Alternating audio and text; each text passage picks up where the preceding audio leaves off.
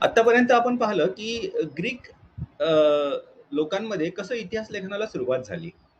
हेरोडोटसच्या पूर्वी जे लोगोग्राफर्स ज्याला म्हटलं जायचं, ते एका जागेवरून दुसऱ्या जागी आपल्या कविता, आपले गाणे म्हणत फिरायचे आणि त्यांच्या गाण्यांमध्ये दंतकथात्मक लिखाण असायचं. एखाद्या भूतकाळातल्या एखाद्या ब्रेव्ह हिरो ची गोष्ट ते दंतकथात्मक पद्धतीने लोकांना सांगण्याचा प्रयत्न करायचे. तर काय झालं, हिरोडोटसनी हे दंतकथात्मक लिखाण बाजूला सारून त्याच्यातून सत्य काही लिहिण्याचा प्रयत्न केला. त्याच्यानंतर थुसीडायडस आला. त्या थुसीडायडसने हे शास्त्रोक्त पद्धतीचं इतिहास लेखन जे आहे त्याला आणखी एक पाऊल पुढे नेण्याचा प्रयत्न केला. त्याच्यानंतर पॉलिबिस बद्दल आपण चर्चा केली, की ज्या काळामध्ये ग्रीक साम्राज्य फार वाढीस लागलं होतं, त्या काळात फार साधने त्याला उपलब्ध झाली आणि नंतरच्या काळामध्ये जेव्हा ग्रीक साम्राज्याचा ऱ्हास व्हायला लागला आणि रोमन साम्राज्याचा विकास व्हायला लागला, त्या कालखंडामध्ये त्यांनी आपलं लिखाण केलेलं आहे. तर हे ग्रीक जे लिखाण झालेलं आहे, ग्रीक इतिहास लेखन जे झालेलं आहे, त्याच्याबद्दल त्याचे जे ठळक वैशिष्ट्य आहे ते मी तुम्हाला सांगतो. सगळ्यात महत्त्वाची गोष्ट म्हणजे काय, त्यांचं जे लिखाणाचा जो विषय होता तो मनुष्य आणि त्याच्या ॲक्टिव्हिटीज, त्यांनी काय केलं हे होतं. त्याच्यापूर्वी जे दंतकथात्मक लिखाण असायचं त्याच्यामध्ये सर्वसाधारणतः देव, दानव अशा काहीतरी मायथॉलॉजी मिक्स झालेल्या असायच्या. तर त्याला बाजूला सारून मनुष्याच्या कृतीवरती त्यांनी आपल्या लिखाणाचं फोकस केलं. हे त्यांच्या लिखाणाचा महत्त्वाचा विषय आहे. दुसरी गोष्ट, जे काही तथ्य त्यांच्या समोर आली, ती तथ्य त्यांनी पडताळून पाहण्याचा प्रयत्न केला. तिसरी गोष्ट, जिथे-जिथे शक्य झालं, तिथे-तिथे त्यांनी ट्रॅव्हलिंग करण्याचा प्रयत्न केला. जसं हिरोडोटसनी ग्रीक आणि पर्शियन युद्धाबद्दल माहिती दिलेली आहे. तर ज्या-ज्या ठिकाणी ही महत्त्वाची युद्ध झाली होती, त्या-त्या ठिकाणी तो स्वतः जाऊन प्रत्यक्षपणे त्यांनी त्याची पाहणी केली आहे. अर्थात थुसीडायडस मात्र गेलेला नाही आहे. तर अशी काही ठळक महत्त्वाची वैशिष्ट्ये आहे. आता ही 2-3 मी तुम्हाला सांगितली. आता याच्यामध्ये मला बघू द्या काय सुचलं असेल तर.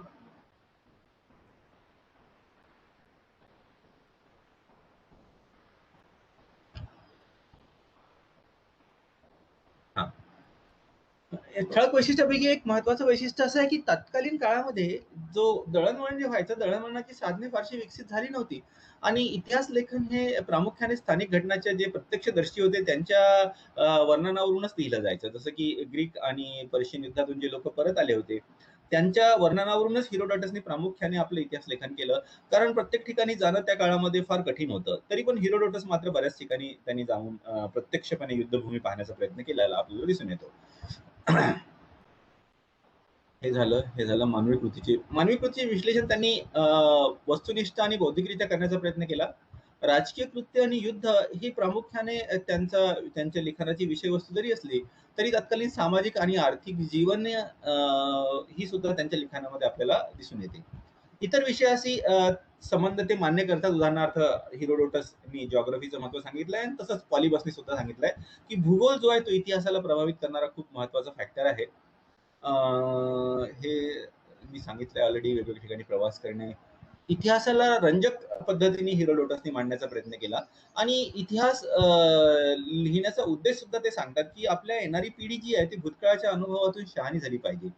आणि ग्रीक देवतांपैकी क्लायो हा जो इतिहासाचा देव मानला जातो, याच्यावरूनच ग्रीक लोकांनी इतिहासाला किती महत्त्व दिलं हे समजून येतं. तर कोलिंगवूड जे 20व्या शतकातले इतिहासकार आहेत, ते म्हणतात, की इतिहास लेखनामध्ये 4 महत्त्वपूर्ण गुण असावे. आणि ते गुण त्याला या सगळ्या इतिहास लेखनामध्ये दिसून येतात. त्याचं म्हणजे काय, मनुष्य केंद्रित इतिहास लेखन असावं. दुसरं, जी साधने असतात त्याची आपण पडताळणी करून पाहायला पाहिजे. तिसरी, वस्तुनिष्ठता असावी आणि चौथं जी आहे आपली मांडणी ही सुबक पद्धतीने करता आली पाहिजे. तर हे चारही गुण ग्रीक इतिहासकारांमध्ये दिसून येतात.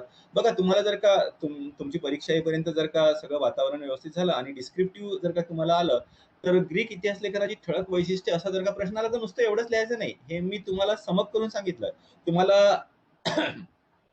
हिरोडोटसची महत्वाची पुस्तकं, थुसीडायडसची महत्वाची पुस्तकं, पॉलिबसची महत्वाची पुस्तकं, त्यांच्यामध्ये काय उणिवा काय होत्या आणि मग शेवटी समप करताना हे लिहावं लागेल. असा मोठा प्रश्न तुम्हाला येऊ शकतो. तसंच ग्रीक इतिहास लेखनाचा आढावा घ्या असा सुद्धा प्रश्न साधारणतः येतो.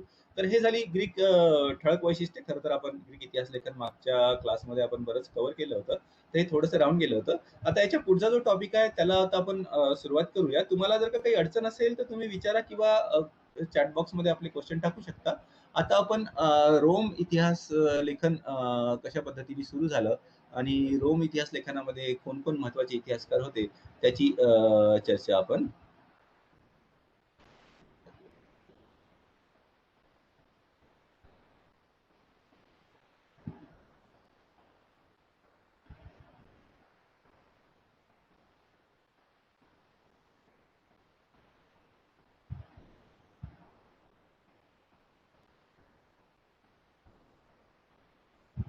हा, बघा.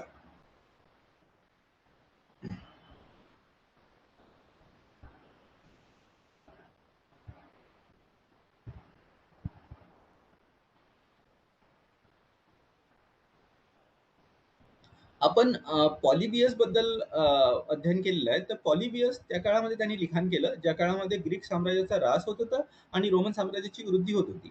नंतर काय झालं, की या रोमन साम्राज्याने ग्रीक साम्राज्यावर आपलं अधिपत्य स्थापित केलं. तर राजनीतिकदृष्ट्या जरी रोमन साम्राज्याने ग्रीक साम्राज्यावर आपलं अधिपत्य स्थापित जरी केलं असेल, तरी सांस्कृतिकदृष्ट्या मात्र ते ग्रीकच्या संस्कृतीने फार मोठ्या प्रमाणात प्रभावित झाले होते. आणि म्हणूनच आपण बघतो, की ज्या पद्धतीचं इतिहास लेखन ग्रीक लोकांनी केलं, हिरोडोटस, थुसिडायडस वगैरे, तर जेव्हा हिरोडोटस आणि थुसिडायडस यांचं लिखाण जेव्हा रोमन इतिहासकारांनी वाचलं, तेव्हा त्यांच्या मनामध्ये एक विचार यायला लागले, की ज्या पद्धतीने माणसाच्या कृतीचा इतिहास या ग्रीक इतिहासकारांनी लिहून ठेवला आहे, युद्ध केलेली, या साम्राज्याची निर्मिती केलेली, हे सगळं जेव्हा ग्रीक इतिहासकारांनी लिहून ठेवलेलं आहे, तेव्हा आपण सुद्धा आता रोमन साम्राज्य सगळीकडे वाढत आहे, एक्सपांड होत आहे, तर आपण सुद्धा रोमन साम्राज्याबद्दल असं लिहून ठेवायला पाहिजे. त्यामुळे ग्रीक इतिहास लेखन हे रोमन इतिहास लेखनाला एक प्रेरणा देणारी गोष्ट होती. सर्वसाधारणतः आपण पाहतो, की ग्रीक इतिहास लेखनाची सुरुवात ही तिथल्या ओरल ट्रॅडिशन, मौखिक ट्रॅडिशन पासून झाली. मौखिक तिथे लोगोग्राफर्स वगैरे वगैरे होते. आणि या लोगोग्राफर्सच्या दंतकथात्मक लिखाण दूर करून एक शास्त्रोक्त पद्धतीने इतिहास लिहिण्याचा प्रयत्न हिरोडोटसनी केलेला आपल्याला दिसून येतो. तसं मात्र रोमच्या बाबतीत झालेलं नाही. रोम जेव्हा त्यांनी हिरोडोटस, थुसिडायडसचं रायटिंग वाचलं, तेव्हा त्यांच्या लक्षात आलं, की आपल्याकडे बरीचशी माहिती ऑलरेडी संकलित झालेली आहे. इतिहास लेखनाची परंपरा जरी नाही आहे, तरी आपण महत्त्वाच्या गोष्टी आपल्या इतिहासामध्ये, महत्त्वाचे कमांडर्स कोण-कोण होते, महत्त्वाचे राजे कोण-कोण झाले, महत्त्वाचे प्रीस्ट कोण-कोणचे झाले, हे सगळे आपण नमूद केलेले आहे. त्याचं विस्तृत वर्णन जरी दिलेलं नाही, तरी ती माहिती आपल्याजवळ आहे आणि त्या माहितीला एक विश्लेषणात्मक रूप आपण देऊन आपण रोमचा इतिहास हा जरूर लिहू शकतो आणि तिथून मग रोमच्या इतिहासाला सुरुवात झाली आहे. आता हे बॅकग्राऊंड मी तुम्हाला सांगितलं, की कशा परिस्थितीमध्ये रोमच्या इतिहासाची लेखनाची सुरुवात झाली. आता काही सुटलं असेल तर मला बघू द्या. हां, तर सुरुवातीला जेव्हा ग्रीक इतिहास लेखनाशी रोमन लोकांचा परिचय झाला, तेव्हा सगळ्यात सुरुवातीला त्यांनी ग्रीक भाषेमध्येच इतिहास लिहायला सुरुवात केली आणि नंतर मात्र मग ते आपल्या लॅटिन भाषेकडे वळले. रोमची भाषा ही लॅटिन होती. अं, हे झालं. हां, तर हे जे 2-3 शब्द तुम्हाला पाठ करावं लागेल. पोंटिफेक्स मॅक्सिमस म्हणजे काय?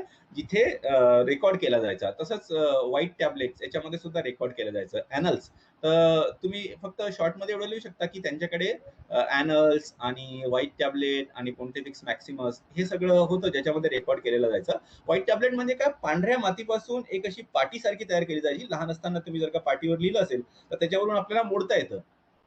पण पांढऱ्या मातीपासून अशी पाटी तयार केली जायची आणि त्याच्यावर कोरलं जायचं लिखाण आणि मग ते सांभाळून ठेवलं जायचं, ज्याच्यामध्ये बराच रेकॉर्ड, बरीच इन्फॉर्मेशन राहायची.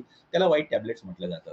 तर बघा, रोमन इतिहासाला ग्रीकांच्या प्रभावापासून दूर करून लॅटिन भाषेमध्ये रोमन लोकांनी आपला इतिहास लिहावा, या पद्धतीने या या दृष्टीने या दिशेने प्रयत्न करणारा जो सगळ्यात महत्त्वाचा इतिहासकार आहे, ज्यांनी सुरुवात केली अगदी, त्याचं नाव आहे कॅटो. हा 234 टू 149 BC या कालखंडामध्ये होता आणि कॅटो द सेन्सर म्हणून त्याला ओळखलं जातं. सेन्सर म्हणजे एक रोमन अधिकारी. तसंच थोरला कॅटो सुद्धा म्हटलं जातं, कारण त्याचा जो नातू होता त्याला कॅटो द यंगर म्हटलं जातं. तो सुद्धा राजकारणामध्ये एक प्रसिद्ध व्यक्ती होती. तर थोरला कॅटो किंवा कॅटो द सेन्सर हा एक हिस्टोरियन होता. Cato the junior, Cato the younger, he was not historian. तो काही हिस्टोरियन नव्हता. तर या कॅटोनी काय केलं, की हेलेनायझेशनचा विरोध केला. हेलेनायझेशन या शब्दाचा अर्थ होतो ग्रीक संस्कृतीचा प्रसार. ग्रीक लोकांनी ज्या पद्धतीच्या मूर्त्या बनवल्या, ज्या पद्धतीची चित्र बनवली, ज्या पद्धतीची साहित्य निर्मिती केली, त्याचा प्रसार सगळीकडे व्हायला लागला आणि या कॅटोनी मात्र त्याचा विरोध केला. आणि लॅटिन भाषेमध्ये लिहिणारे ते अगदी सुरुवातीचे गद्यलेखक म्हटलं जातं आणि तो एका प्लेबियन कुटुंबातील होता. प्लेबियन म्हणजे काय? एका कॉमनर, सर्वसामान्य शेतकरी. हे शेतकरी रोमचं जेव्हा ग्रोथ होत होती, तेव्हा काय करायचे? ते सर्वसाधारणतः शेती करायचे, पण युद्ध झालं की ते युद्धक्षेत्रावर जायचे आणि हे प्लेबियन लष्करी सेवेसाठी प्रख्यात होते. आणि हा कॅटो नंतर जरी राजनीतीमध्ये फार वरच्या पदावर पोहोचला, तरी तो फावल्या वेळेमध्ये आपल्या पूर्वजासारखा जाऊन शेती करायचा. आणि नंतर मग तो कॅबिनेटचा, सिनेटचा सदस्य झाला राजकीय वर्तुळ आणि राजनीतिक घटना याच्याबद्दल त्याला बरीच माहिती होती आणि या सगळ्या माहितीच्या आधारे त्यांनी ओरिजिन्स नावाचं 7 खंडात्मक पुस्तक लिहिलं आणि या ओरिजिन्स या पुस्तकाचा मुख्य विषय जो आहे तो आहे प्युनिक वॉर्स. बघा काय झालं ना, की जेव्हा ग्रीक साम्राज्याचा ऱ्हास व्हायला लागला, तेव्हा त्याची जागा कॅथ्रेन साम्राज्याने घेतली. कार्थिगिनियन कार्थिगिनियन साम्राज्याने घेतली आणि या कार्थिगियन साम्राज्य हे स्वतःला प्रिझर्व्ह करायचं, स्वतःला टिकून ठेवण्याचा प्रयत्न करत होता आणि त्याच वेळेस रोम साम्राज्य जे आहे त्याची वाढ होत होती. त्यामुळे रोम साम्राज्य आणि कार्थिगिनियन साम्राज्य यांचा संघर्ष होणं हे अनिवार्य होतं आणि त्या संघर्षालाच प्युनिक वॉर म्हणतात. कारण हे जे कार्थिगियन जे लोक होते यांनाच प्युनिक हे लॅटिन शब्दामध्ये म्हटलं जातं. तर ही जवळ-जवळ 80 वर्ष युद्ध लढली गेली आणि त्याच्यामध्ये 3 महत्वाची युद्ध होती. तर ह्या 3 युद्धाबद्दल प्युनिक वॉरबद्दल त्याचं जे पुस्तक आहे ओरिजिन हे सर्वसाधारणतः माहिती आपल्याला देतं. रोमन इतिहासकाराचं एक महत्वाचं पैलू असा आहे, की त्यांनी आपल्या लिखाणातून राष्ट्रभक्तीची भावना आणि रोमन व्हॅल्यूज ज्याला म्हटलं जायचं, रोमन गुण हे लोकांमध्ये इन्कल्केट करण्याचा प्रयत्न केला. आणि म्हणूनच त्यांचा जो इतिहास आहे तो शैक्षणिक महत्व इतिहासाचं सांगतात. ते म्हणतात जसं की कॅटो आपल्या लिखाणामध्ये म्हणतो, की राष्ट्रवाद, नैतिकता आणि चारित्र्य निर्मिती हे इतिहासाचे महत्वाचे धडे आहेत. आणि याच्यामध्ये मग त्यांनी मूळ इटालियन शहराचा इतिहास, त्यातल्या त्यात रोमकडे त्यांनी विशेष लक्ष दिलं आणि रोमचा पाया कसा घातला गेला आणि मग त्याचा हळूहळू विकास कसा होत गेला, या सगळ्या गोष्टीची माहिती ते आपल्या ओरिजिनल पुस्तकामध्ये देतात. रोमन लोक कशाला म्हणायचं, रोमन व्हर्च्यूज काय असतात, रोमन मूल्य काय असतात, हे त्यांनी रुजवण्याचा प्रयत्न केला. आणि याच्यानंतर या युद्धाव्यतिरिक्त ते जे प्युनिक वॉर होते, याच्या व्यतिरिक्त त्या पुस्तकामध्ये बऱ्याचशा ट्रायबल्स, बऱ्याचशा जॉग्राफी आणि निसर्गातल्या इतर बऱ्याचशा गोष्टीबद्दल माहिती मिळते. उदाहरणार्थ इटलीमधले जे वेगवेगळ्या जमाती होत्या, ट्राईब होते, त्यांची जीवनशैली, त्यांची भाषा, धर्म, संस्कृती, तसंच भौगोलिक माहिती, हे सगळं तो आपल्याला सांगण्याचा प्रयत्न करतो. पण अर्थात या 7 खंडाची सर्व खंड उपलब्ध नाही आहे. पण जे काही आहे ते रोमन इतिहासाचा मोलाचे स्रोत आहे आणि त्याच्यामध्ये 3ऱ्या आणि 4थ्या पुस्तकामध्ये ती माहिती येते. वेगवेगळ्या ट्राईब, भूगोल, प्रथा, कायदा, भाषा, संस्था, धर्म.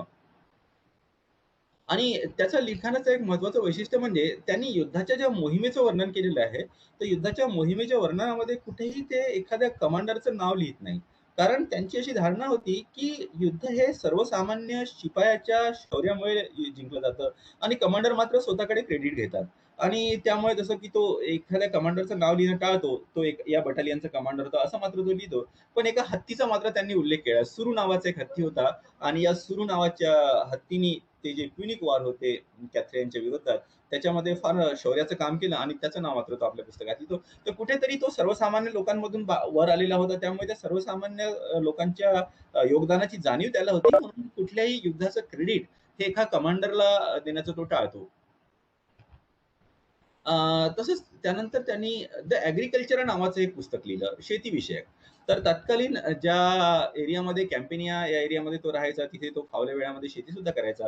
तर तिथे शेती व्यवस्थेमध्ये काय बदल येत आहे, कशी शेती ही विखुरलेली होती, त्याचं एकीकरण होऊन त्याच्यातून जास्तीत जास्त प्रॉफिट काढण्याचा प्रयत्न आता केला जातो आहे, या गोष्टीचं वर्णन ते करतात. तसंच त्यासोबतच तत्कालीन एरियामध्ये जे रीतिरिवाज, सामाजिक परिस्थिती, अंधश्रद्धा, या सगळ्या गोष्टीची माहिती ते देतात. तर प्राचीन काळातील लॅटिन गद्यमध्ये हे एक अत्यंत महत्वाचं पुस्तक आहे, कारण गद्य लिखाणाची सुरुवात त्यांनी केली. तर बघा कॅटोबद्दल आपल्याला एवढं माहित असायला पाहिजे, की तो ग्रीक भाषेचा प्रभाव दूर करून लॅटिन भाषेमध्ये इतिहास लेखन करणारा अगदी सुरुवातीचा इतिहासकार होता. त्याच्या आधी झाले, पण त्याचं पुस्तक अत्यंत महत्वाचं आहे. तसंच त्यांनी ओरिजिन लिहिलं, ज्याचे महत्वाचा विषय होता प्युनिक वॉर्स आणि त्याच्यानंतर त्यांनी ॲग्रीकल्चर लिहिलं. याच्यामध्ये तो युद्धाव्यतिरिक्त तत्कालीन इटलीच्या ट्राईब्स वगैरे ज्या होत्या त्यांची माहिती देतो. तर हे झालं कॅटोबद्दल. आता याच्यानंतर चा जो रोमन इतिहासकार आहे तो आहे लिव्ही.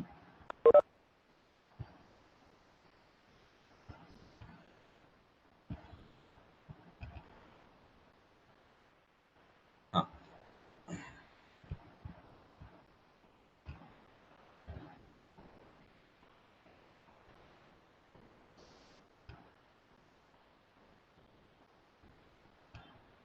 हा बर. आता बघा, कॅटोनी सुरुवात जरी केली तरी रोमन इतिहास लेखनामध्ये लिव्ही आणि टॅसिटस या 2 इतिहासकारांचं नाव फार प्रसिद्ध आहे आणि त्यांना रोमचे हिरोडोटस आणि थुसिडाडस असं म्हटलं जातं. रोमन महानतेच्या कल्पनेने या दोघांना प्रेरित केले आणि ज्युलियस सीझरच्या हत्येनंतर एकाच शासकाच्या अंतर्गत जे रोमचं एकीकरण झालं, त्या कालखंडामध्ये आणि लेखन केलं. बघा, जेव्हा लिव्ही होता तेव्हा काय झालं ना, की रोममध्ये गृहयुद्ध झालं. रोममध्ये सिनेट असायची आणि त्या सिनेटमध्ये पॉवर असायचा. महत्त्वाचे डिसिजन ते सिनेट घ्यायची. पण त्याच वेळी काय झालं, की ज्युलियस सीझर नावाचा हा जो कमांडर होता, हा राजनीती तज्ञ सुद्धा होता. त्यांनी फार मोठी-मोठी लढाई जिंकली. त्यामुळे ज्युलियस सीझर हा फार प्रसिद्ध झाला आणि तो जेव्हा रोममध्ये परत आला, तर लोकांनी त्याला रिक्वेस्ट केली. त्याची पण इच्छा होती, की मी राजा व्हावा आणि सर्व सत्ता माझ्या हाती यावी. आणि त्याच्यामुळेच काय झालं, की त्याचा आणि सिनेटच्या लोकांचा संघर्ष झाला. तर हा जो संघर्ष आहे याला गृहयुद्ध म्हटलं जातं. आणि हा गृहयुद्ध बऱ्याच रोमन इतिहासकाराच्या लिखाणाचा विषय झाला. तर लिव्ही आणि टॅकिटस हे दोन्ही रोमन महानतेच्या कल्पनेने प्रेरित झालेले होते, की रोमचे लोक कसे महान आहे आणि ग्रीकांपेक्षा ते कसे जास्त वरिष्ठ आहे, हे त्यांनी आपल्या लिखाणातून सांगण्याचा प्रयत्न केला. तर लिव्हीचा जन्म जो आहे तो पादुआ प्रांतातील एका शहरामध्ये 59 बीसी मध्ये झाला होता आणि त्याच्या काळातच रोमन प्रजासत्ताक हे रोमन साम्राज्य झाले. ती रिव्होल्यूशन झाली. राजाच्या समर्थकांनी सिनेटच्या समर्थकांना हरवलं, प्रजासत्ताक हारलं आणि राजेशाही व्यवस्था तिथे अस्तित्वात आली. ज्युलियस सीझर चा खून झाला होता आणि त्याच्यानंतर ऑगस्टस सीझरनी, जो की त्याचा मुलगा होता, या सिनेटच्या समर्थकांना हरवलं आणि तो स्वतः सम्राट झाला होता. आणि लिव्ही जे होते ते सम्राटाशी जवळून जुळलेले होते आणि त्यांना दरबारातील राजकारणाची बरीच माहिती होती. 29 इसवी सन पूर्वमध्ये त्यांनी रोमचा इतिहास हे प्रसिद्ध पुस्तक लिहिण्याची सुरुवात केली आणि त्यानंतर लगेच रोममध्ये 2 वर्षांनी क्रांती घडून आली. प्रजासत्ताकाचा शेवट झाला आणि साम्राज्याचा प्रारंभ झाला आणि हे पुस्तक लिहिण्यामध्ये त्यांनी पुढचे हिस्ट्री ऑफ रोम, रोमचा इतिहास पुढचे 40 वर्ष घालवले आणि 142 खंड लिहिले. फार विस्तृत वर्णन केलंय आणि या 142 पैकी फक्त 35 खंडच आपल्याला मिळालेले आहे. आणि हा जो कालखंड होता जेव्हा राजसत्ता अस्तित्वात आली, तेव्हा त्या कालखंडामध्ये तो जो कालखंड होता तो रोमचा सुवर्णकाळ होता असं ते मानतात. आणि रोमच्या प्रजासत्ताक राजवटीचे हे बघा, तो राजाचा समर्थक जरी होता, तरी प्रजासत्ताक व्यवस्थेमध्ये सुद्धा काही चांगले गुण आहे, याचं सुद्धा वर्णन त्यांनी आपल्या पुस्तकामध्ये केलं आहे. त्याचा जो लिखाणाचा कॅनव्हास जो आहे, या हिस्ट्री ऑफ रोममध्ये फार विस्तृत आहे. त्यांनी रोम काथेज युद्ध, गृहयुद्ध, प्रजासत्ताक आणि साम्राज्याचा पाया या सगळ्या गोष्टीचा समावेश केला. तसंच रोमची प्रशासकीय व्यवस्था, सामाजिक परिस्थिती, रोमची आर्थिक परिस्थिती याचा समावेश मात्र त्यांनी फार केलेला दिसून येत नाही. त्याचं पुस्तक जे आहे ते माहितीपूर्ण आहे आणि विश्वास ठेवणाऱ्या स्रोतापासून ते लिहिण्याचा त्यांनी प्रयत्न केला आणि म्हणून तो इटलीमध्ये जे रोमन साम्राज्याचा विकास झाला त्याची माहिती तो देतो. पण इटलीच्या बाहेर जो विकास झाला त्याची माहिती तो देऊ शकत नाही, कारण त्याच्याकडे तेवढी साधनं त्यावेळेस उपलब्ध नव्हती. हिरोडोटस प्रमाणे त्याचं लिखाण सुद्धा रंजक आहे. हिस्ट्री हे इतिहासाने नीतिशास्त्र घडावं, नागरी सद्गुण त्यांनी शिकवावे, कॅरेक्टर निर्मिती, देशभक्ती वाढवावी, शिस्त लावावी, अशा प्रकारचं त्याचं म्हणणं होतं, की इतिहासातून या सगळ्या गोष्टी आपल्याला शिकता येतात. आणि म्हणून रोमन इतिहासकारासाठी आपण पाहतो, की हिस्ट्री हे एक उपयुक्ततेचं साधन होतं. म्हणजे काय? त्याच्यातून रोमन लोकांना देशभक्ती शिकवावी, Roman values, Roman virtues, Roman नीतिमत्ते कशाप्रकारे विकसित करावी, हा प्रयत्न रोमचे इतिहासकार साधारणतः करताना दिसून येतात. तसंच त्याच्या कालखंडामध्ये जे रोमन लोकांमध्ये एक ऐषारामाचं जीवन जगण्याची जी पद्धतीची सुरुवात झाली होती, अनैतिकता वाढायला लागली होती, शोभा करणे, आपलं शो ऑफ करणे, दाखवणे, दिखाऊपणा, या सगळ्या गोष्टीवर तो टीका करतो आणि सांगतो की रोमचे जे आधीचे जे गुण होते, शौर्य, साधेपणा, हे सगळे जर का आपण सोडले तर रोमचा नाश इथून व्हायला सुरुवात होईल. तसंच आपल्या लिखाणातून तो एक प्रतिमा तयार करण्याचा प्रयत्न करतो. उदाहरणार्थ लुक्रेटिया नावाची एक रोमन महिलेची कहाणी तो आपल्या लिखाणामध्ये लिहितो, की ती महिला एका सरदाराची पत्नी होती आणि जेव्हा राजपुत्र त्या सरदाराकडे जातो, तेव्हा तिचे हसबंड घरी नसतात आणि ती दिसायला अतिशय सुंदर असते, तर हा तिच्यावर बलात्कार करतो. आता बलात्कार करण्यामध्ये त्या स्त्रीचा काहीच गुन्हा नव्हता. पण तरी पण एक जी मानसिकता असते स्त्रीची, की मला परपुरुषाने हात जर का लावला, तर माझं जीवन हे जगण्यासारखं नाही आणि ती बिचारी आत्महत्या करते. आणि मग त्या राजपुत्राचा सूड जो आहे ब्रुटस घेतो. लोकांना एकत्र करून तो आक्रमण करतो राजपुत्रावरती.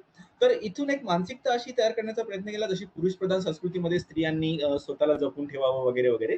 तर अशी एक मानसिकता, एक व्हर्च्यू ज्याला म्हणतात ना, चांगलं चरित्र असणं, तर अशा पद्धतीचा मेसेज तो आपल्या लिखाणातून देण्याचा प्रयत्न करतो. पण बरेचदा त्यांनी असं जाणून येतं त्याच्या लिखाणामध्ये, की साधनांची योग्य तपासणी त्यांनी केलेली नाही. प्रकरणाची पद्धतशीर व्यवस्थापन सुद्धा तो करण्यामध्ये काही ठिकाणी त्याची चुका झालेल्या आहे. आणि तो म्हणतो सुद्धा, की साधनांची चौकशी करणं हे काही मला परवडणार नाही बा. मला खूप काही लिखाण करायचं आहे. पण त्याच्यामुळे काय झालं, की त्याच्या इतिहास लेखनामध्ये बऱ्याचशा चुका होऊन गेल्या. त्यामुळे सत्याची चाळ असणे किंवा सत्य शोधून काढण्यापेक्षा त्याचं लिखाण हे एक महाकाव्यात्मक झालं, वर्णनात्मक झालं. साहित्यिक गुणांनी ते फार परिपूर्ण आहे. शब्दाचा वापर जो आहे तो एखाद्या विषयासाठी योग्य आहे. भूतकाळाचे फार चांगलं समर्पक चित्र तो करतो. त्याची लिखाण जे आहे ते अतिशय आकर्षक आहे. त्याच्या लिखाणावरून वाटतं, की त्यांनी अगोदरचे सर्व महत्त्वाचे इतिहासकार वाचले असावे. कारण पॉलिबियसचा उल्लेख तो करतो. त्याच्या कामाची पण माहिती त्यांनी दिलेली आहे. त्याला धर्माबद्दल बराच आदर होता. इथे कुठेतरी शास्त्रोक्तपणा त्याच्या लिखाणामध्ये थोडा चुकलेला दिसतो. कारण अंधश्रद्धेला सुद्धा तो आपल्या लिखाणामध्ये काही-काही ठिकाणी महत्त्व देतो. उदाहरणार्थ ओरॅकल. ओरॅकल काय होते, की तत्कालीन रोममध्ये काही प्रीस्ट असायचे, काही पुजारी असायचे आणि ज्यांच्यावर असा विश्वास असायचा लोकांचा, की they are mediator between God आणि नॉर्मल ह्युमन बीइंग. सर्वसामान्य मनुष्य आणि ईश्वर यांच्यातला दुवा ते आहे. देव काय सांगतो ते ओरॅकलला समजतं आणि मग ओरॅकल आपल्याला सांगतं. तर त्याच्यावर त्याचा विश्वास असलेला आपल्याला दिसून येतो. मूळ कागदपत्रे चा उल्लेख तो क्वचितच करतो. तो एक गंभीर आणि वैज्ञानिक अभ्यासक नाही. संश्लेषण, सामग्री चौकशी त्यांनी केलेली नाही. कारण मीमांसा त्यांनी केलेली नाही आहे. त्याचा इतिहास हा एक ऐतिहासिक व्यक्तीवर तो फार महत्त्व देतो. आणि साहित्यिक परिदृश्य आहे. ही एक लिटरेचर साहित्याच्या दृष्टिकोनातून ते अत्यंत महत्त्वाचं आहे. ऑगस्टन हा जो कालखंड होता ऑगस्टसचा, तो रोमन ऐतिहासिक पिरियडमध्ये अत्यंत महत्त्वाचा कालखंड मानला जातो. तर त्या काळामध्ये जे गद्य लिहिण्याची सुरुवात झाली, त्या गद्य लिहिण्यामध्ये याचं जे काम आहे लिव्हीचं ते अत्यंत महत्त्वाचं मानलं जातं. त्याच्या कथा आणि शैली हे सांगण्याची पद्धत फार चांगली आहे आणि शतकानुशतके लिव्हीचं जे पुस्तक आहे हिस्ट्री ऑफ रोम हे लोकांना आकर्षित करत राहतं. ते समजल्याशिवाय आपण रोमचे लोकं कशा पद्धतीने विचार करत होते, त्यांचं जीवन कसं होतं हे आपण समजू शकत नाही. रोमचं चरित्र कसं असायचं. पण बरेचदा तो देशभक्ती पूर्व त्याचा दुराग्रह दिसतो आणि तत्कालीन रोमन राज्यामधले जे नोबेलिटी होती, जो उच्च वर्ण होता, उच्च वर्ग होता, त्यांची तो फार प्रशंसा करताना आपल्याला दिसून येतो. तसंच रोमन सद्गुण ज्याला म्हटलं जातं, त्याचे तो फार प्रशंसा करतो. प्रामाणिकपणा, धैर्य इत्यादी, इत्यादी. तर हे झालं लिव्हीचं पुस्तक हिस्ट्री ऑफ रोम. त्याच्या उणिवा, त्याचे एडव्हांटेजेस हे काय-काय होते हे मी तुम्हाला सांगितले. तुम्हाला काही डाउट असेल तर तुम्ही चॅट बॉक्समध्ये टाकू शकता. नाहीतर मग आता आपण नेक्स्ट जो रोमन इतिहासकार होता त्याच्याकडे वळू. फार फास्ट जात असेल मी तर मला तुम्ही सांगा. मला विचारू शकता. We can go with slow. आता जो याच्या पुढचा जो इतिहासकार आहे तो आहे टॅसिटस, कॉर्निलस टॅसिटस. तर त्याच्याबद्दल आता आपण चर्चा करू आहे. हा. तर शेख अली म्हणतात की रोम इतिहास लेखनातील हे महान नाव आहे कॉर्नेलियस टॅटिसस, ज्याचा पिरियड आहे 55 टू 120 एडी. आणि थुसिडायडसनी ज्या पद्धतीने शास्त्रोक्त पद्धतीने इतिहास लेखन केलं त्याच्याशी याचं साम्य दिसून येतं. एका नोबल उच्चवर्गीय घरामध्ये त्याचा जन्म झाला होता आणि वेगवेगळ्या महत्त्वाच्या पदावर त्यांनी काम केलं. तसंच वक्तृत्व, कायदा आणि कला याचं त्यांनी शिक्षण घेतलं. त्यामुळे तो फार चांगला वक्ता होता.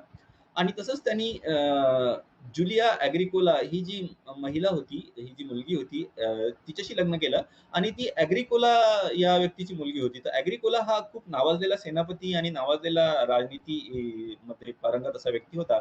त्यामुळे सुद्धा त्याच्या करिअरला एक बढावा मिळाला आणि त्याच्यानंतर कडे लक्ष देणाऱ्या एका धार्मिक व्यवस्थेचा तो सदस्य झाला. त्यामुळे त्याला बरीचशी पुस्तकं वाचायला मिळाली. त्यानंतर जेव्हा रोमने जर्मनीवर आपलं अधिपत्य स्थापित केलं, तेव्हा तो जर्मनीचा गव्हर्नर सुद्धा झाला आणि नंतर ही माहिती त्याला जर्मनीबद्दल त्याने जे पुस्तक लिहिलं नंतर जर्मेनिया, त्याच्यामध्ये ही माहिती त्याला कामात आली. 97 एडी मध्ये तो सिनेटचा सदस्य झाला आणि तत्कालीन जो रोमन सम्राट होता डॅमिशन डॅमिशन हा एक जुलमी राजा होता आणि त्याला असं वाटायचं की टॅसिटस हा अतिशय हुशार इतिहासकार आहे, अतिशय हुशार लेखक आहे. तर टॅसिटसने आपल्या लिखाणातून माझी प्रशंसा करावी. पण टॅसिटसला हे कधीच आवडलं नाही आणि म्हणूनच मग जेव्हा जोपर्यंत डॅमिशनचा मृत्यू होत नाही तोपर्यंत त्यांनी लिखाण आपलं लोकांना दिलं नाही, लिखाण करून ठेवलं. पण डॅमिशनच्या मृत्यूनंतरच त्यांनी आपली बरीचशी पुस्तकं लिहून लोकांपुढे ठेवली. तर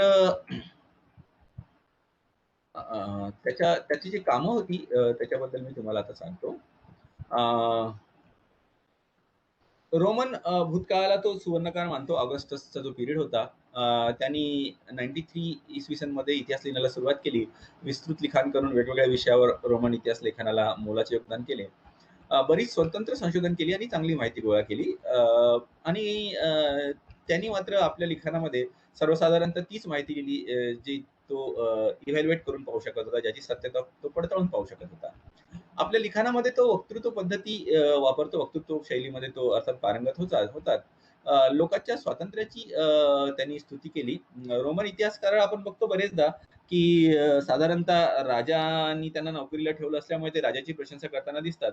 तर यांनी मात्र रोमन प्रजासत्ताकामधले, तसंच रोमनी ज्या एरियावर आपलं आधिपत्य स्थापित केलं, उदाहरणार्थ जर्मनी आणि ब्रिटन, तर या दोन्हीकडच्या लोकांनी जो संघर्ष आपल्या स्वातंत्र्यासाठी केला, त्या संघर्षाचा सुद्धा उल्लेख तो अतिशय कौतुकाने करतो. त्याची जी पुस्तकं आहे महत्वाची, ती आहे life of Agricola, Germania, dialogues on orator, history and annals. History आणि ॲनल्स ही दोन वेगवेगळी पुस्तकं आहे बरं. तर याच्यामध्ये जे लाईफ ऑफ अग्रिकोला आहे, जो आहे, आधी सांगितल्याप्रमाणे अग्रिकोला हे त्याचे सासरे होते आणि त्या अग्रिकोलाला ते खूप चांगले कमांडर, खूप चांगले प्रशासक होते. जेव्हा ग्रेट ब्रिटनवर रोमनी आपलं आधिपत्य स्थापित केलं, तेव्हा त्यांना ग्रेट ब्रिटनला जिंकण्यासाठी आणि ग्रेट ब्रिटनवर प्रशासन व्यवस्था स्थापित करण्यासाठी रोमच्या राजांनी पाठवलं. तर त्यांनी तिथे इतक्या चांगल्या पद्धतीने लढाया लढले आणि इतक्या चांगल्या पद्धतीने प्रशासन त्यांनी चालवलं, की ते सर्वसामान्य सरदारांमध्ये, सर्वसामान्य लोकांमध्ये फार पॉप्युलर झाले आणि त्याचाच राग सम्राटाला यायला लागला. आणि त्याचेच परिणाम म्हणून काय झालं, की या सम्राटाने त्यांचा खून करवला.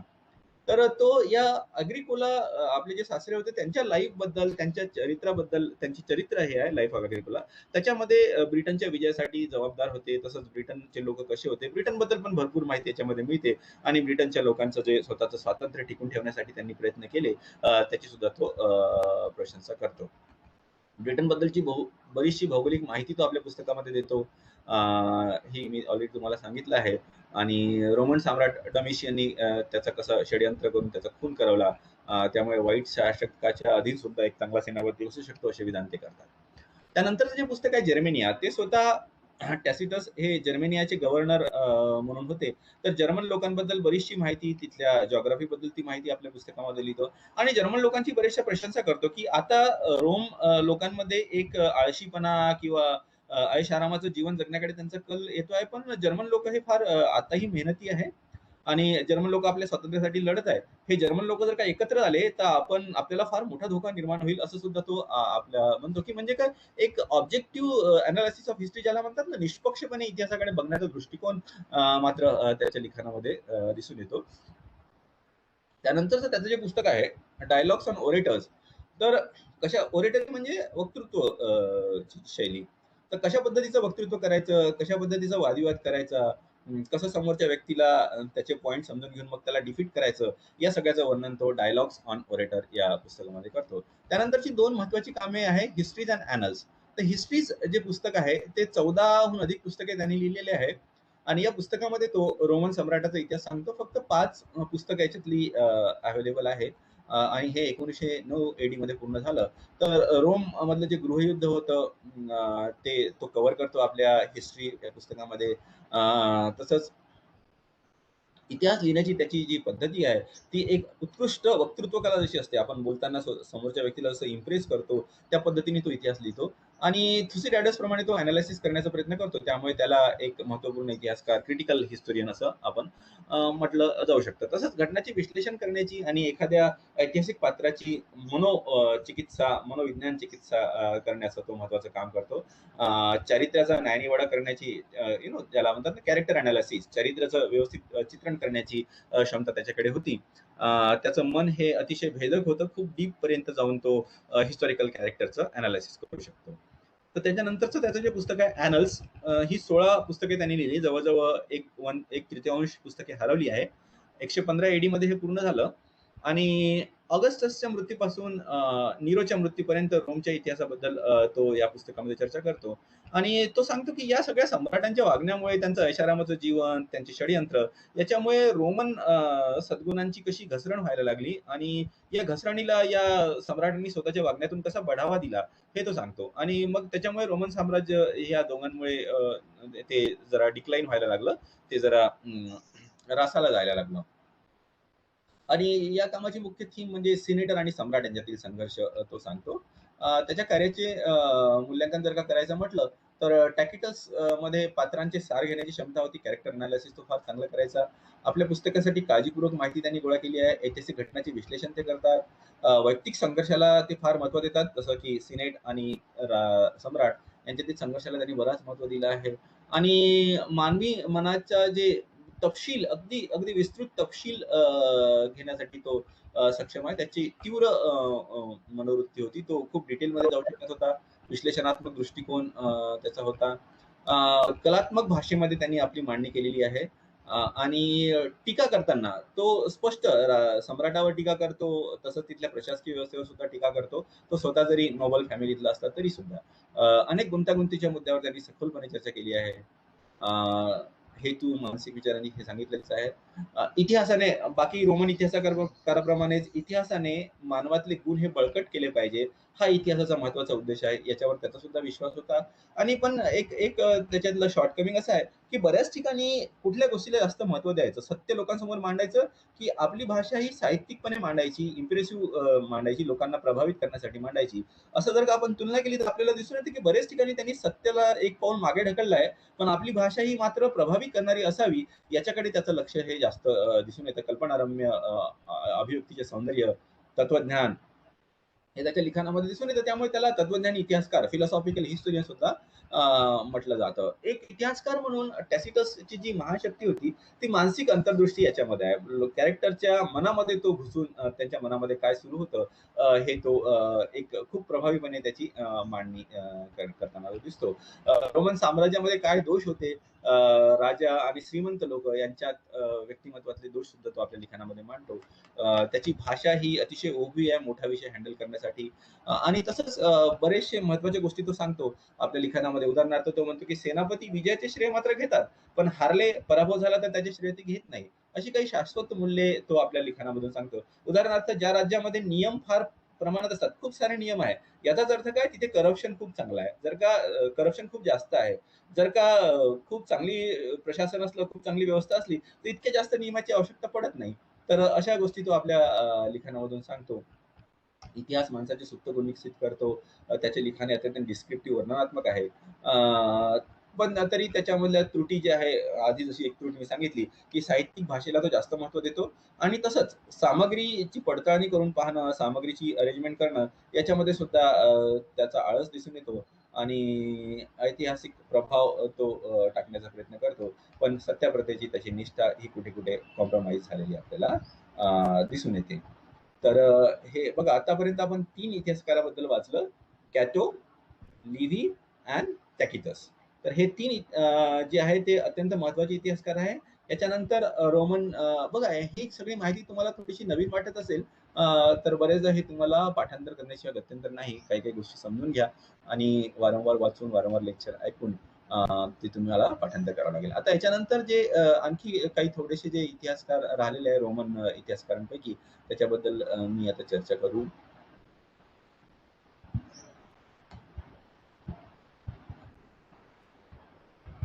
हां.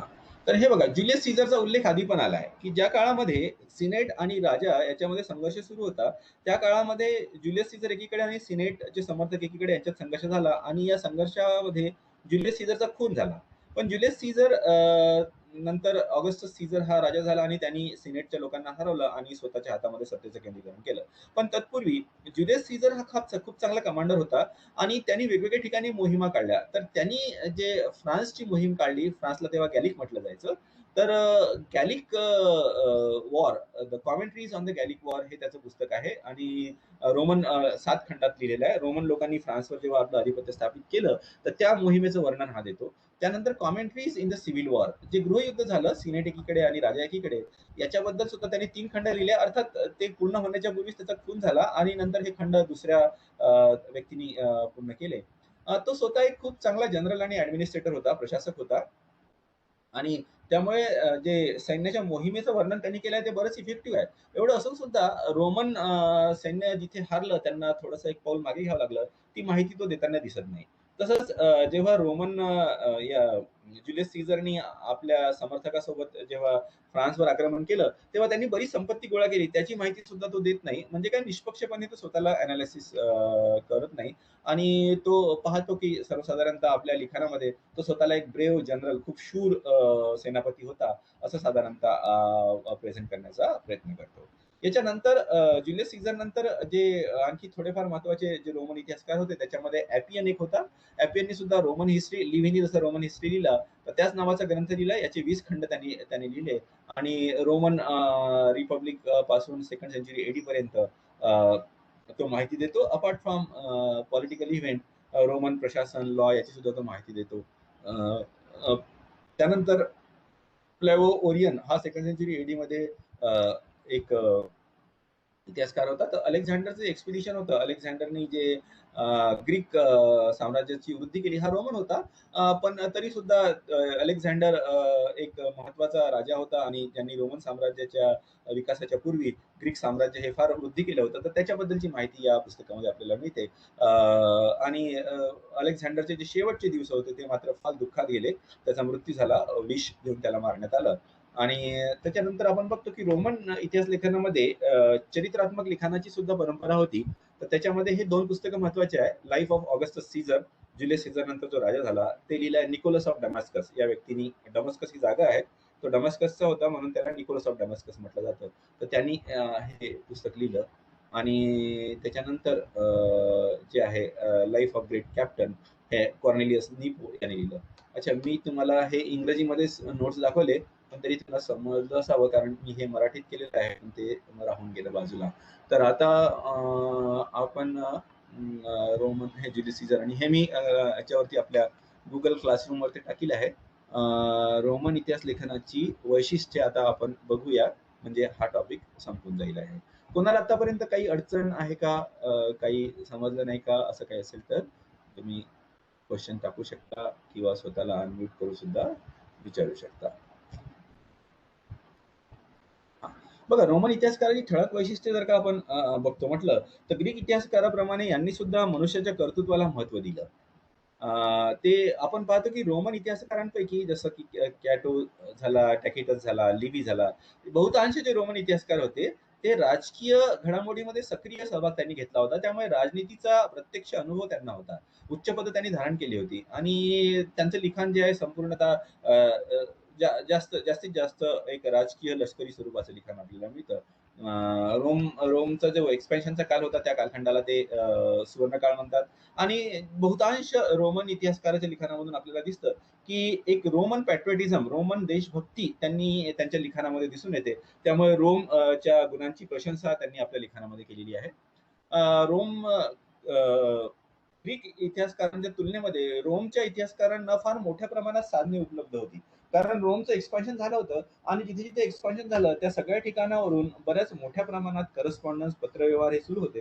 ते सगळे पत्रव्यवहार रोमच्या इतिहासकारांना दिसून येतं. लष्करी मोहिमेचं वर्णन आणि हे स्वतः इतिहासकार स्वतः राजनीतीमध्ये असल्यामुळे या सगळ्या हे सगळे पत्रव्यवहार त्यांना सहज मिळायचे आणि म्हणूनच त्यांचं लिखाण हे खूप विस्तृत झालेलं आहे.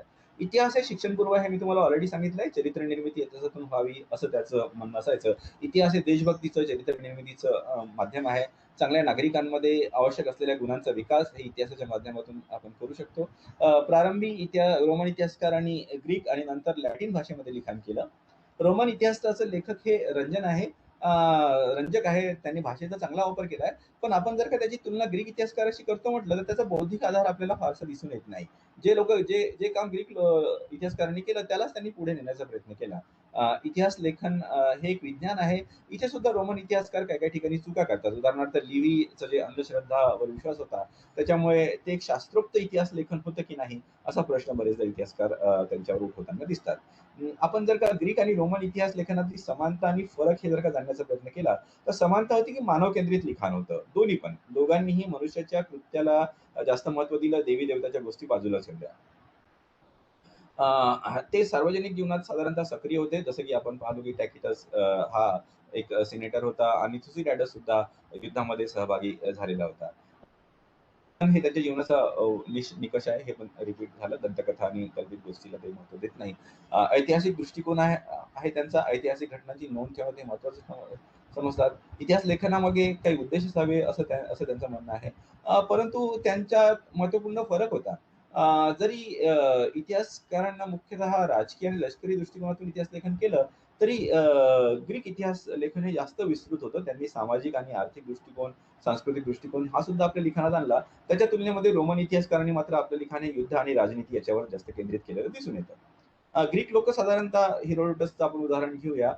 पॉलिबस सुद्धा साधारणतः इतिहासाची साधनं गोळा करण्यासाठी ते दूर-दूरचा प्रवास करायचे. रोमन इतिहासकार मात्र दूर-दूरचा प्रवास न करता जे काही साधनं गोळा व्हायची करस्पॉन्डन्सच्या माध्यमातून, पत्रव्यवहाराच्या माध्यमातून त्याच्यावर आधारित त्यांनी लिखाण केलेलं दिसून येतं. ग्रीक लोकांचं विश्लेषण हे जास्त संयुक्तिक, जास्त सायंटिफिक असं दिसून येतं. माहिती योग्य आहे की नाही हे त्यांनी जाणून घेण्याचा प्रयत्न केला आणि मग लिखाण केलं. त्याच्या तुलनेमध्ये रोमन इतिहासकारांचं मात्र लिखाण तेवढं सायंटिफिक आपल्याला दिसून येत नाही. विश्वसनीय थोडी शंकास्पद असं आहे. अं, सत्याला समर्पण जेवढं ग्रीक इतिहासकारांमध्ये दिसून येतं, त्या प्रमाणात ते रोमन इतिहासकारांमध्ये कमी दिसून येतं. हे मी तुम्हाला सांगितलं. इतिहासाचे विविध पैलू ग्रीक लोकांनी आणले आणि त्याच्या विपरीत रोमन इतिहासकारांनी मानवी गुणाचा विकास व्हावा यासाठी इतिहास लिहिलेला आपल्याला दिसून येतो. रोमन इतिहास हे जास्त वर्णनात्मक आहे. जास्त त्याची भाषा समृद्ध वाटते. भव्य विषयासाठी ती योग्य आहे. पण ती थोडी पॉम्पस आहे. ज्याला भाषेतला दिखाऊपणा म्हणतात ना, तशी दिसून येते. त्याच्या तुलनेमध्ये ग्रीक भाषा ही जास्त सोपी आहे, पण ती जास्त खोलात जाते. मानवी मूल्याचे वर्णन ते खूप जास्त व्यवस्थित पणे करतात, कारण ते जास्त वैज्ञानिक दृष्टिकोनातून इतिहासाकडे बघतात. अ, हे झालं आहे. हां, हे पण झालं आहे. साहित्यिक गोष्टीला त्यांनी जास्त महत्त्व दिलं, हे पण झालं आहे. हां, एक म्हटलं जातं, की सर्वसाधारणतः ग्रीक लोकं हे खूप तळाशी जातात आणि रोमन इतिहासकारांनी वरवरचा इतिहास लिहिला. ते पृष्ठभागावरच तरंगत होते. विश्लेषणात्मक दृष्टी ही जास्त ग्रीक इतिहासकारांमध्ये दिसून येते. रोमन इतिहासकार सर्वसाधारणतः कॉपी करताना दिसून येतात. सत्याचा त्याग त्यांनी केलेला दिसून येतो साहित्यिक प्रभावासाठी. तर सर्वसाधारणतः आपण बघतो, की जे काम ग्रीक लोकांनी सुरू केलं, तेच काम रोमन इतिहासकारांनी पुढे चालू ठेवलं आणि एक इतिहासाची व्यवस्थित बैठक, वैचारिक बैठक मात्र ते परिपूर्ण करू शकले नाही. तर हे बघा इथे हे रोमन इतिहासकार, महत्त्वाचे इतिहासकार जे मी तुम्हाला सांगितले, कॅटो, लिव्ही, टॅकिटस, जुलियस सीझर आणि त्याच्यानंतर आणखी काही. हे सगळं संपलं. त्यांची त्यांची जी महत्त्वाची वैशिष्ट्य होती ते संपली. त्यांची तुलना पण करून झाली ग्रीक लोकांशी. तर आता याच्यामध्ये काही डाउट तुम्हाला जर का असेल, तर मला तुम्ही विचारू शकता. उद्या जर